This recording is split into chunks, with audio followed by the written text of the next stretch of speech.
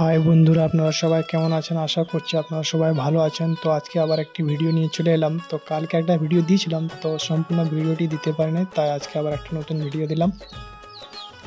তো এখানে মূল কারণ হচ্ছে এখানে দুটি পুকুর আছে। তো পুকুরটি প্রচুর সাজানো গোছানো, খুবই ভালো লাগে এখানে। তো সাজানো গোছানোর বিশেষ কিছু কারণ হচ্ছে, সেই কারণটা আপনাদেরকে বলবো। এবং বাচ্চাদের খুব ভালো খেলাধুলার জায়গা আছে, পার্কের মতন আছে পুকুরটা, খুবই সুন্দর দেখতে।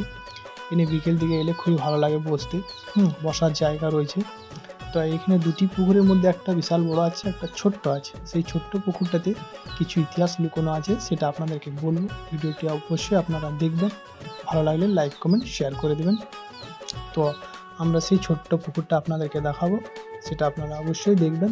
একটু জাস্ট ওয়েট করুন। তো এই চলে এলাম ছোট পুকুরটা। এই ছোট পুকুরটার বিশেষ কারণ হচ্ছে, এই পুকুরটাতে হযরত দাতা মেহবুব শাহ এখানে গোসল করতেন। দেখুন এই ছোট্ট পিলারটাতে আবছা করে লেখানো রয়েছে পীর পুকুর। এই জন্য এই পুকুরটাতে সাধারণ মানুষের নামা যাবে না, গাও ধোয়া যাবে না, পুরো নিষেধ আছে এটাতে। এখানে মানুষজন সবসময় থাকলে এটাতে নামলে মানুষজন নিষেধ করবে নামতে, এটাতে কেউ নামে না। আর এই বড়টা যেটা দেখতে পাচ্ছেন, সেটাতে মানুষরা গোসলও ফুসলও সব করতে পারে, কাপড় চাপড়ও কাচতে পারে, কোনো অসুবিধা না। এটা হচ্ছে যে ছোট্ট পুকুর যাওয়ার রাস্তাটাও খুব সুন্দর রাস্তা, এওয়ান রাস্তা, এবং খুবই ভালো লাগে পুকুরটা দেখতে। আর চারিদিকে কাঠ দিয়ে বাঁধানো রয়েছে, খুবই ভালো।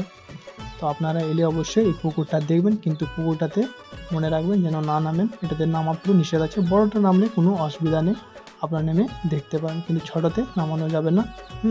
ভিডিওটি ভালো লাগলে লাইক কমেন্ট শেয়ার করে দেবেন, এবং সবাই ভালো থাকবেন। ধন্যবাদ সবাইকে।